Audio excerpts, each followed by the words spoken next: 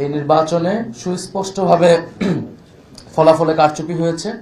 11 দলের পক্ষ থেকে আমরা এই নির্বাচন নিয়ে আমাদের অবস্থান অলরেডি ব্যক্ত করেছেন 11 দলের অন্যতম দল, প্রধান দল জামাত ইসলামী সংগ্রামী আমির ডক্টর শফিকুর রহমান। আমাদের অবস্থান খুবই সুস্পষ্ট। এই নির্বাচনে সুস্পষ্টভাবে ফলাফলে কারচুপি হয়েছে।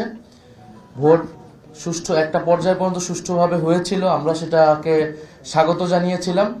কিন্তু ফলাফল যখন ঘোষণা করার সময় হয়েছে, ওই সময়টাতে স্পেসিফিক অনেকগুলো আসনকে টার্গেট করে আপনারা দেখেছেন বাংলাদেশ খেলাফত মজলিসের আমির আল্লামা মামুনুল হক ঢাকা 13 সেই আসন, ঢাকা 8 আসন, বাংলাদেশ জামাত ইসলামের সেক্রেটারি জেনারেলের আসন, এরকম স্পেসিফিক কয়েকটা আসনকে টার্গেট করে সেটার ফলাফল পরিবর্তন করে দেওয়া হয়েছে। হোয়াইট প্লাস প্রো সেনসিটিভ স্কয়ারে মাঠের বাইরেও তো আমরা এভাবে দেশপ্রেম দেখাতে পারি।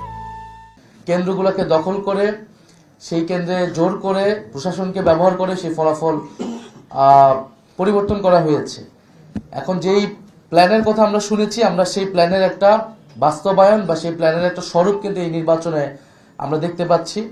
এবং এই ধরনের ফলাফল কারচুপি করে যারা পুরনো আমলে আওয়ামী লীগ যেইভাবে নির্বাচন করেছে সেই ধরনের প্রচেষ্টা আমরা যাদের ভিতর দেখতে পাচ্ছি, তারা কিভাবে রাষ্ট্র পরিচালনা করবে, কিরকম দেশ পরিচালনা করবে সেটা নিয়ে জনগণের মধ্যে প্রশ্ন এসেছে। এবং নির্বাচনের পরদিনই যারা তাদের প্রতিদ্বন্দ্বীদের উপরে হামলা, সারা দেশে নির্বিচারে বাড়িঘরে হামলা, আগুন লাগানো, হুমকি এবং এলাকা ছাড়া করতেছে, তাদের কাছে এই দেশের জনগণ, এই দেশের মানুষ কিভাবে নিরাপদ থাকবে সেটা নিয়ে প্রশ্ন এসেছে। এবং সেটার জন্য আমরা 11 দল কিন্তু ঐক্যবদ্ধ হয়েছি।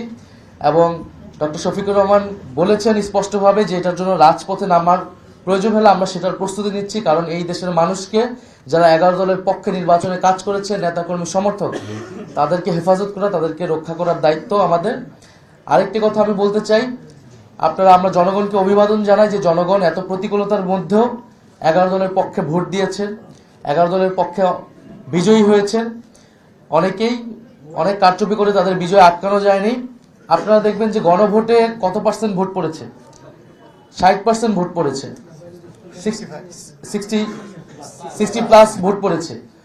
এই নির্বাচনে কিন্তু সুস্পষ্ট দুইটা পক্ষ ছিল, একটা সংস্কারের পক্ষ, পরিবর্তনের পক্ষ, যারা সংস্কার চায়, গণতন্ত্র চায়, চাঁদাবাজি বন্ধ করতে চায়, দুর্নীতি লুটপাটের বন্ধ করতে চায়, বিচার এবং সংস্কার চায়, আধিপত্য তো বিরোধিতা চায়। আরেকটি পক্ষ যারা পুরনো বন্দোবস্ত, পুরনো রাজনীতিকে প্রতিনিধিত্ব করেছে, যারা 72-এর সংবিধানকে চেয়েছে, যারা পুরনো যত ধরনের রাজনীতি আছে, যারা ঋণ খেলাপিদেরকে প্রশ্রয় দিয়েছে, যারা লুটপাট দুর্নীতি, সেই একই রাজনীতি করতে চায়।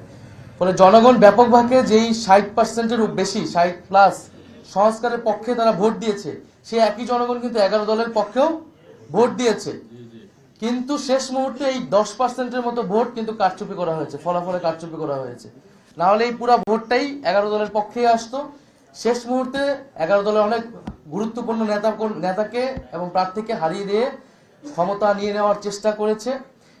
এবং আমরা নির্বাচন কমিশনে সেটা সুস্পষ্টভাবে এই অভিযোগ জানানো হবে, প্রার্থীরা জানাবেন যাদের, এবং নির্বাচন কমিশন সেখানে কি ভূমিকা পালন করতেছে, তাদের অবস্থান কি, এর উপর নির্ভর করবে আমাদের নির্বাচন নিয়ে চূড়ান্ত অবস্থান। ধন্যবাদ সবাইকে।